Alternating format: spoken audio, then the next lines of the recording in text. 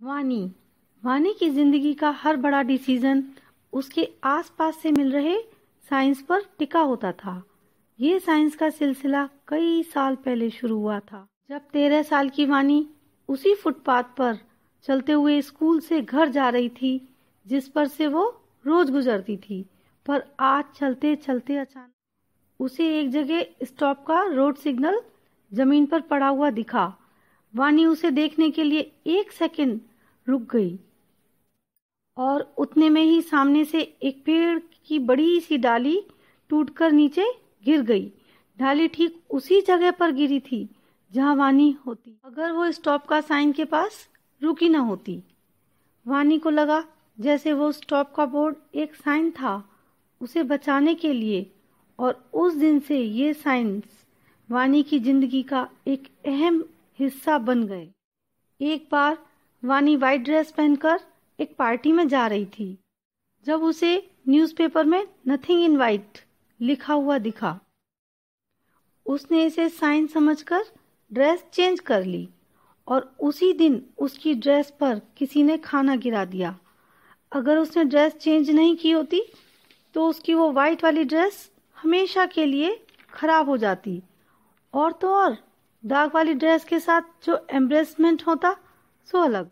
ऐसे ही एक बार वानी के पेरेंट्स उसे और उसकी सिस्टर को लेकर कहीं हॉलीडे पर जाने वाले थे, पर वानी के साइन उसे कुछ और ही जाने के लिए कह रहे थे।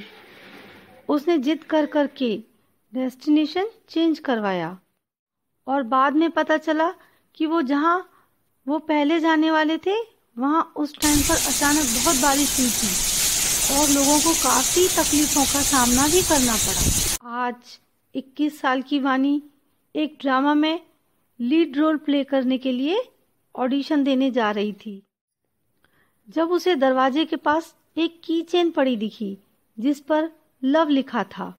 वानी उस की चेन को देखते हुए चली रही थी जब वो सुमित से टकरा गई।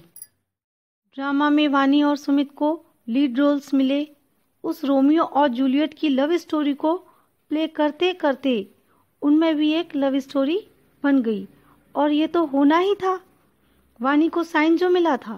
कई साल तक डेट करने के बाद एक डिनर पे सुमित ने वानी को शादी के लिए प्रपोज किया।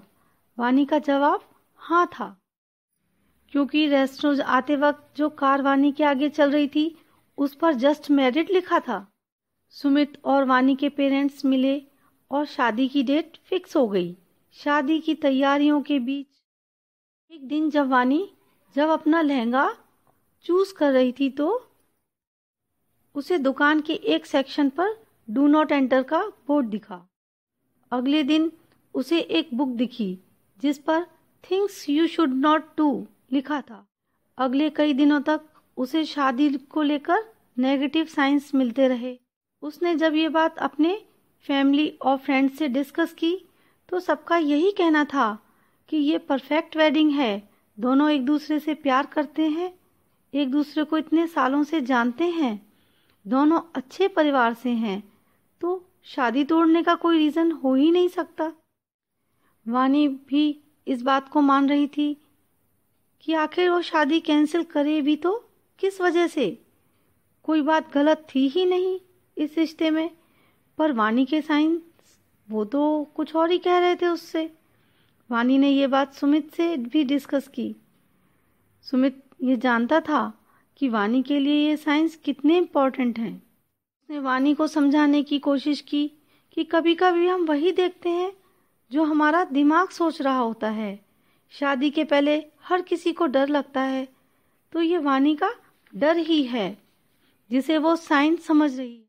जिस किसी से भी बात करती उसका यही कहना होता कि इस शादी में सब कुछ सही है, पर वानी अपने साइंस को इग्नोर करने का दिल ही नहीं बना पाई। बहुत सारे डिस्कशन के बाद वानी उस शादी से पीछे हट गई।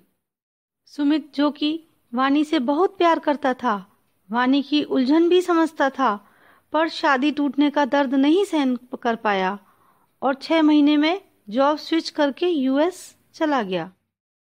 वानी भी कुछ समय में अपने साइंस को फॉलो करते हुए अपनी जिंदगी में आगे बढ़ गई। कई साल बाद एक अनजान देश में हॉलीडे मनाती हुई वानी को एक बंदे की टी शर्ट पर it's all in the past लिखा दिखा और उतने में ही उसे सड़क की दूसरी तरफ सुमित खड़ा हुआ दिखा। सुमित के साथ उसकी बीवी और 2 बच्चे भी थे। शायद वो भी वहां हॉलीडे मनाने आए थे और वो सब बहुत खुश लग रहे थे। वानी उसे देख ही रही थी कि वानी की बेटी और उसके हस्बैंड ने पीछे से आवाज दी।